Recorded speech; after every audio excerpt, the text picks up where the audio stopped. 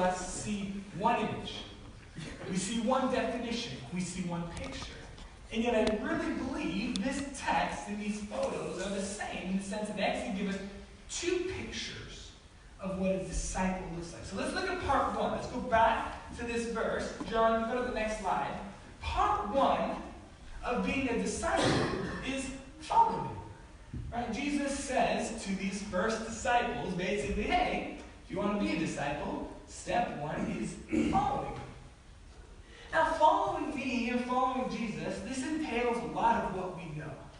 It's making the personal confession that Jesus is Lord.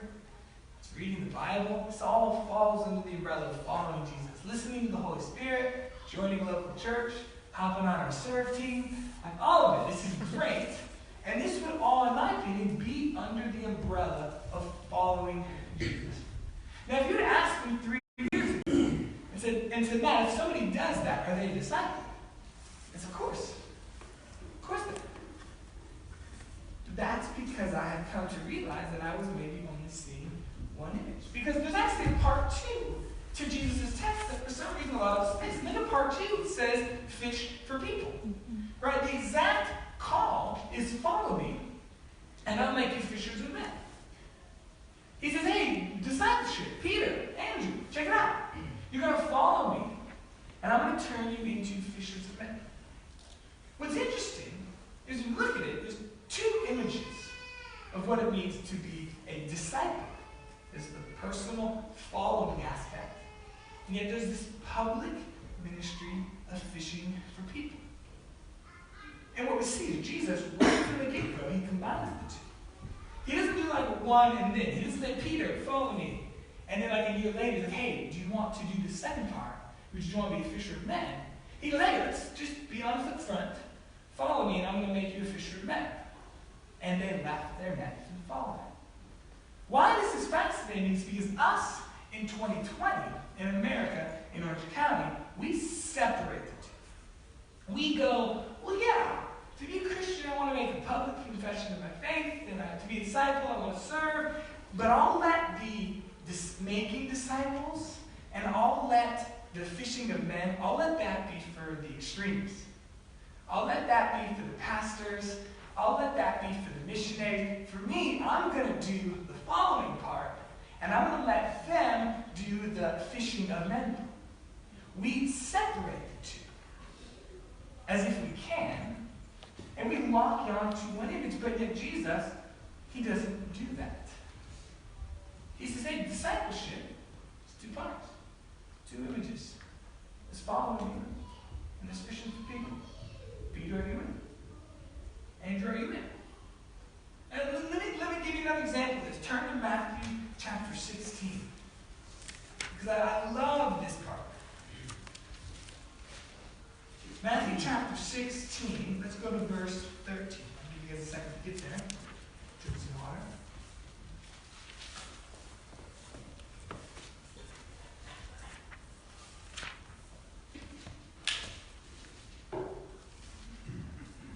And let's read 13 through 19.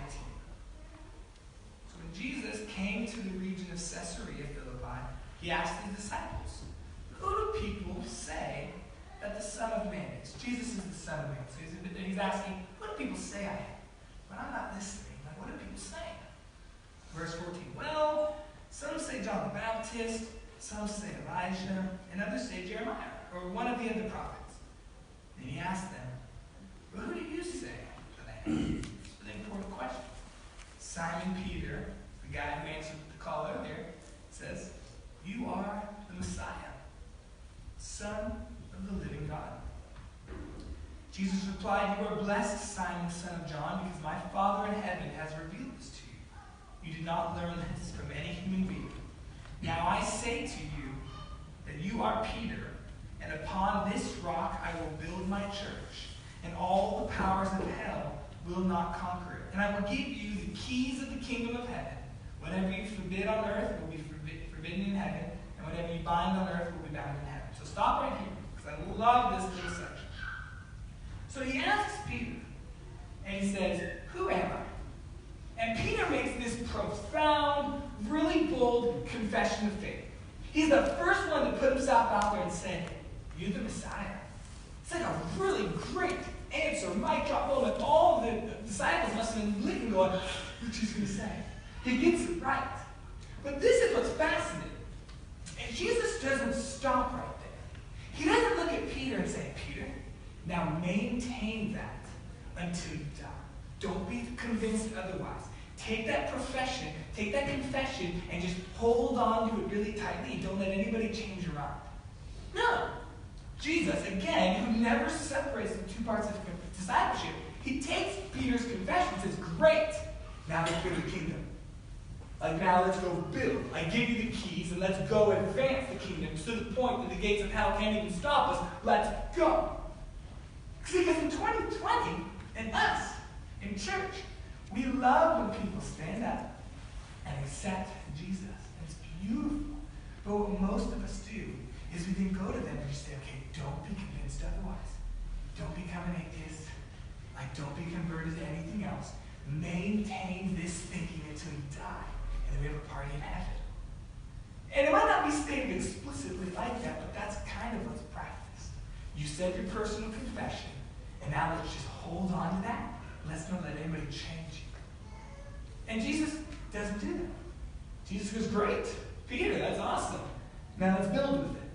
Peter, love it, great. Upon this rock, this idea that I'm Messiah, we're now going to build the kingdom of God. Let's go." He never says, "Awesome. And Peter, if you ever become real hardcore someday, maybe you can fish with people." He just assumes, well, they always go together. The personal confession is always met with this public kingdom deliverance. I want you guys to kind of see it, that as disciples, we share the grace of God, or we enjoy the grace of God. We enjoy the cross. We enjoy His Spirit. These are all the grace, the love. We enjoy it. But the disciple never content just to enjoy it. The disciple always knows, I enjoy it to share. I enjoy it to share. I will not separate the two. I will not just enjoy it. I will always enjoy the grace to share the grace. Jesus will never separate. He puts them together. I have a few friends, for some reason, I have a few friends who are doctors now. It's crazy. Is that stuff for the young? They have friends who are doctors?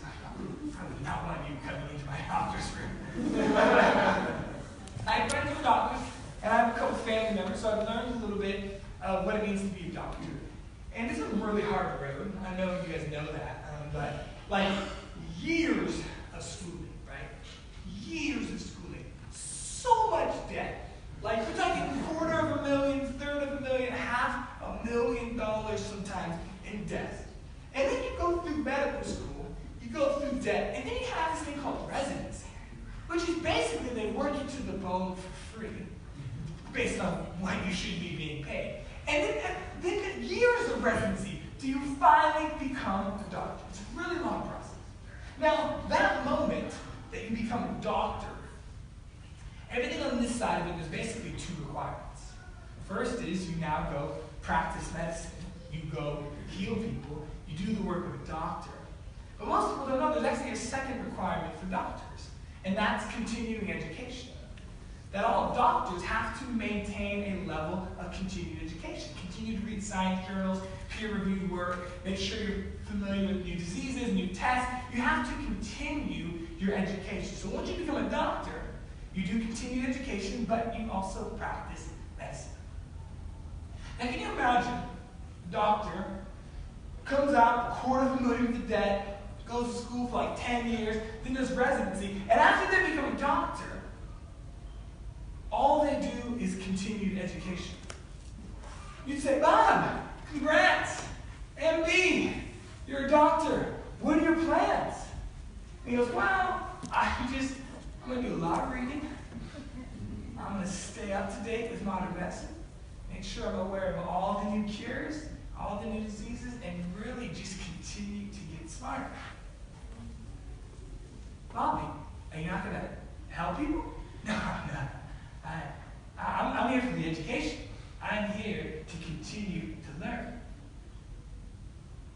"Well, that's good, but actually doctors save people." No, that's not me. You'd walk away. I was a crazy person. Shouldn't have gone through all the debt, Bob. You just read that online. But here we are. And here's the point, right? Let me show you guys where I'm getting this. Some of us, the build-up to becoming a Christian, or to making our confession of faith, it was a long road. We had family baggage. We had trauma. We had scars. It was hard. We might have been raised from a different... It was a really big deal to get to the place of answering like Peter, Jesus, you are the Messiah. Now, after that confession, there's two things that require this. That we continue to follow God, fall in love with His Word, find out His plans, be in touch with the Holy Spirit, join the church. But just like a doctor, it's also expected and required that we go save people.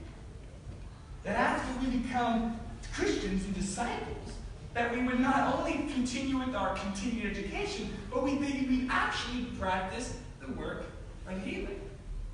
And in the same way we all laughed at a doctor who goes through all that work just to sit on their education, literally, that's us. We make these professions of faith, Jesus is Lord, and then most of us just sit and acquire knowledge. And we become Christians at 20, and from 20 to 60, it's all about our continued education of learning new theology, learning new verses, learning new concepts, learning new arguments, learning new things, and we never actually practice medicine. We never heal. And it's because we've gotten so far away from Jesus' pictures, because we've so locked into the seal. You don't realize there's a whole other image, a whole other component. And I'm not saying theology or reading is bad. It's just incomplete. Jesus never expected a room full of people who are committed just to continued education. I want to show you guys what happens when this is really actualized and realized. If you know the answer, I stole this from Anna, so somebody else, if you know the answer, don't say. If I asked you where's the fastest growing church right now, what would you say? You guys know? Texas, Oklahoma, Bible Belt, and where some of these awesome buildings are being planted. There's some great young speakers coming out, incredible worship band. That's what you'd think the growing churches are, right? No. The fastest growing church in the world right now is in Iran. It's a country where Christianity is outlawed. There's crazy punishment. There's strict laws and persecution. And yet in the entire globe, the fastest growing church is in Iran. And I've got some quotes here from a guy who's made a documentary and he's been there and has been interviewing these Christians. And I'm going to read a little bit. It says, in the last few years, researchers have credited the underground church in Iran as the fastest growing church in the world. The Iranian Awakening is a rapidly reproducing discipleship movement that owns no property or buildings, has no central leadership, and is predominantly led by women. Amen. What persecution did was destroy the church. The thing about Iran, what persecution in Iran did is it destroyed the church that was not made of disciples. And it destroyed the church that was only about converts. The Iranian church leader noted, all these church planters, they found out that converts run away from persecution, but disciples would die for the Lord in persecution. It continues to go on to basically say there's this woman, she becomes saved in Iran. She's threatened for her life in her prison, and she actually comes to America thinking, I just hit the jackpot of religious freedom. And she ends up leaving because she says, my faith is more under attack here than it is in Iran. And she says the complacency and the lackadaisical way that Americans go about their faith is rubbing off on me more. I need to go back. And she goes back to Iran. No buildings, no mega churches, no speakers. It's a discipleship. It's people, regular folks, probably even less educated than some of us, honestly just saying, hey, this idea of being a fisher of men, this applies to me. So you want to open up God's word together. You want to go grab coffee and hear about your story and talk about what God's doing in my life and yours. And his commitment to discipleship is blowing up the church in a country where it shouldn't be happening. Discipleship is growing. Not buildings, not speakers, not worship leaders, not programs or structures. This idea that we would be fishers of men. I am giving you guys an insight and window into what God has been doing in my heart for the past 2 years. And I love the truth. I've grown up in the truth. I have been in your seats. And I love it. And God has shown me there's more to my faith. And it's been exciting. Because I really thought at 20, you get saved and you don't let anybody convince you until you're 80. Like you're saved and then just become smarter. And just maintain that. And be able to argue against Hinduism and Islam. And be able to argue against postmodernism and all these things. And God has shown me there's so much more, man. There's actually healing work. You get to be a doctor in a broken world. You get to fish for people in a world that so desperately needs it. And it has reignited my faith. Wow. Jesus, this is special. And this isn't guilt, this isn't a shame. This is hopefully to open our eyes that there's a second image of discipleship that a lot of us have been missing. I want you to think back to my original question to you. I said, define a disciple. If your definition, ready, didn't end with so-and-so and so who makes disciples, you, like me, we're only looking at one image. I believe Jesus Christ's definition is somebody who follows me, who puts into practice what I say, but someone who then makes disciples. A disciple will always make disciples. It's not for the hardcore disciples. It's not for the extremists. It's not for those who have been gifted with evangelism. Every disciple is called and expected to make disciples. And I'm excited as New Life. And this is a value of ours. We are committed to this cause. And some of us, we have a lot of growth to do, myself included. And I recognize that one sermon is not enough to change the needle, but it's a good first step. It's a good first step just to see that there's two images on the screen. And when Jesus calls his disciples, that there's two. I want to show us that far too many of us are obsessed with continuing education and not actually about doing kingdom work. That far too many of us have made that public confession, and then we just sat and figured, I just can't change until I die. And I think Jesus would lovingly look at us, like he did with Peter, and say, oh, it's building time. Let's storm the gates. Here are the keys. What you bind on earth is bound in heaven. You are powerful and called and given purpose. Let's do something. And when God opened my eyes to two images, it lit my heart on fire. And my hope and prayer is that together we would be pumped with this idea of discipleship. Why is it a value of New Life? Because I believe it's the value of God's. We didn't have to create this value. This one was given to us. When you open up the scriptures and read about his church, it was clear for us as a leadership, what do we want to be about? We want to be about the Great Commission. Because Jesus is about it. And it's built into the fabric of what he expected from his disciples. So this is what I want to show you guys. This is what I want to end. This series is not only sharing how we got to the place we are, but also showing what are we going to do in 2020 that's different. Right? Because we need to grow as a church, and we need to take steps towards these things. And so the question is, in 2020, what are we going to do about it? Are we going to continue what we've been doing? It'd be okay, but we're going to change things up. And we're going to change things up a little bit. Starting with, we've actually expanded someone's role. Are you ready for this? Brian McGilfresh, right now, is part of our paid staff team. He helps with their tech. He helps with their worship. He helps with so many things. His role is now being expanded, and he's going to be overseeing our discipleship efforts. So give him a round of applause. I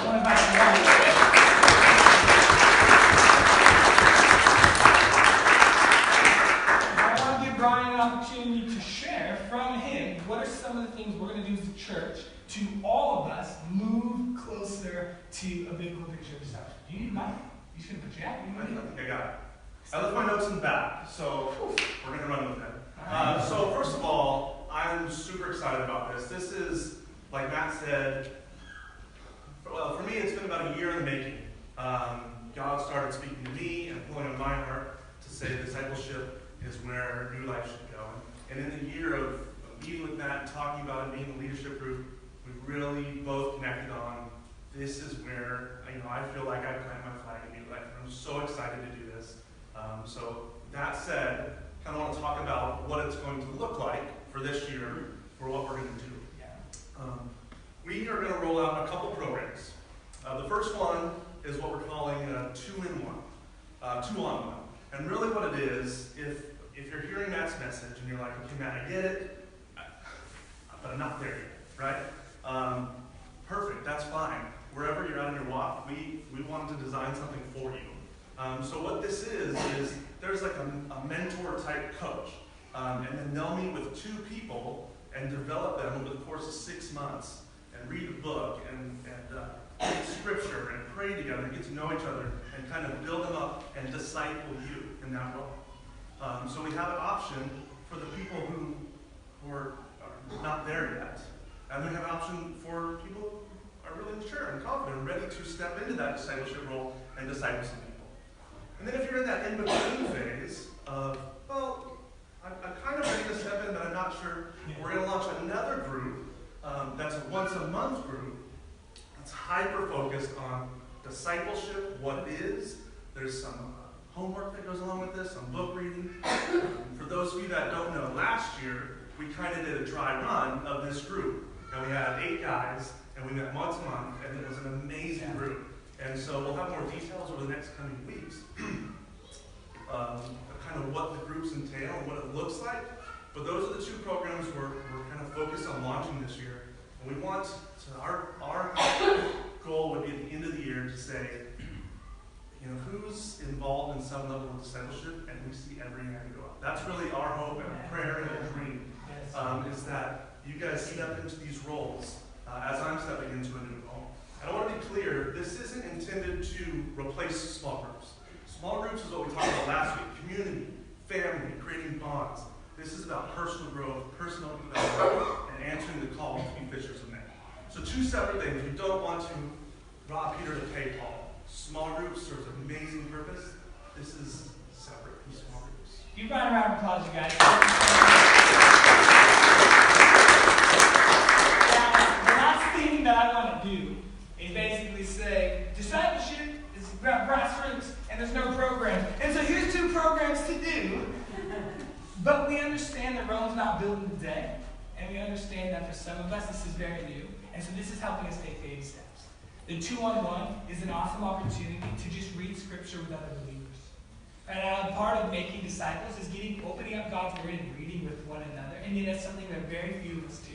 And so these 2-on-1 groups provide an amazing opportunity to read scripture together, to pray together, to ask what God is doing in your life. Where is He taking you? What is He showing you? These 2-on-1 groups are perfect for breaking down the walls and helping us step into them. These once-a-month annual groups that Brian was talking about, I was a part of it as well. Again, it's just great. It's hyper-focused on growing in your faith.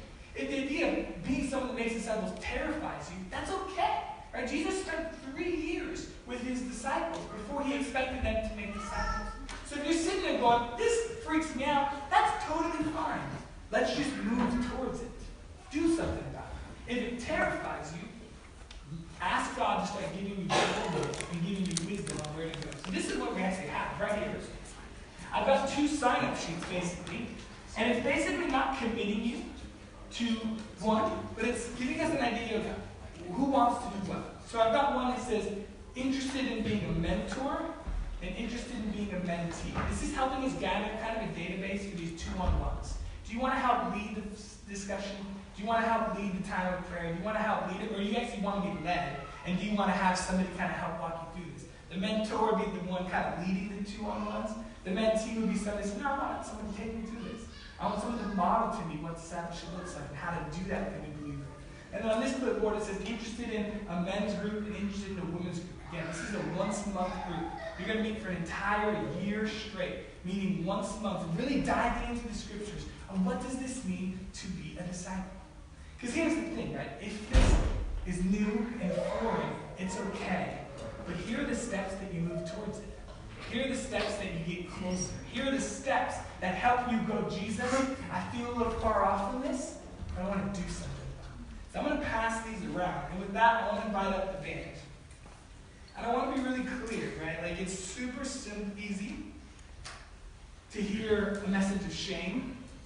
Wow, so am I not saved? Oh my goodness. Is Jesus' cross not enough? And those are just lies. That's not what any of us are trying to do here. What we're trying to do is allow the scriptures to frame what it means to be a disciple. And having the humility to go, maybe I have been walking in on one image. And it's not a shame. I've been following Jesus for 25 years, and I kind of had to have my eyes open. And God's grace is big enough for any of us. So whether you've been a Christian for a year or 20 years, and you feel like, man, I've never done this, there's so much grace for you. But let's move towards it together. Let's humble ourselves together and say, God, maybe I've been missing it. And maybe I've been all about converts and just being converted and holding to that personal confession. God, maybe I haven't even wondered if fishers of men is for me. And that's what I want you guys to do as we sing these songs. Just start the dialogue with God. God, where are you at in this? What are you showing me? What would you have for me? Allow him to speak to you. Allow him to light a fire. Allow him to give you pictures of maybe what it looks like. And allow him, like he did to me, to get you fired up. Because what would be so sad is if New Life, we got this, and we said we're going to make it, and then we kind of just slipped back to our old default way of seeing things. We went back to seeing the image one way. And 20 years later, we have this conversation, and we say, yeah, man, I kind of missed it. I believe God is calling us into something. So I want you guys to pray, God, would you open our eyes to the second image? God, would your grace right now come upon us in such a mighty way that there's no shame? God, would your grace come upon us